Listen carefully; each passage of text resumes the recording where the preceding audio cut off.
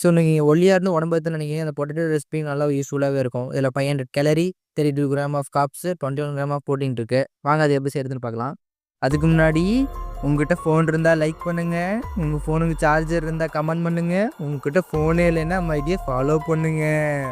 முக்கியமாக வேட்டி கட்டினா கூட இடுப்பில் நிற்காத அளவுக்கு ஒல்லியாக இருக்க உங்கள் ஃப்ரெண்டுக்கு இந்த வீடியோ ஷேர் பண்ணுங்கள். ஒரு பேன் எடுத்து ஒரு 10 ml கீ ஆட் பண்ணிக்கோங்க. கடுகு, கடலைப்பருப்பு கொஞ்சம் ஆட் பண்ணிக்கோங்க. சின்ன சின்னதாக கட் பண்ணி வச்ச வெங்காயத்தை கொஞ்சம் ஆட் பண்ணிக்கோங்க. உருளைக்கிழங்கு ஒரு 200 கிராம் சின்ன சின்ன பீஸாக கட் பண்ணி வச்சு அதை ஆட் பண்ணிக்கோங்க.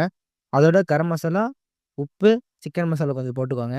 மசாலா பாக்கெட்டை பார்த்தாலே நம்ம பில்லாராம் தான் ஞாபகத்துக்கு வராரு.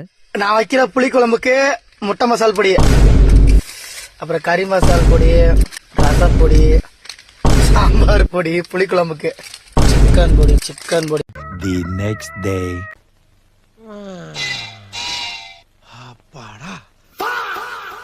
ஸோ கொஞ்சமாக தண்ணி ஊற்றி ஒரு 5 நிமிஷம் வேக வச்சு எடுத்து ஒரு 3 முட்டையை உடச்சி ஊற்றி 2 நிமிஷம் கலர்னிங்கன்னா நமக்கு தேவையான பொட்டேட்டோ எக் ஃப்ரை ரெடி ஆயிரும்.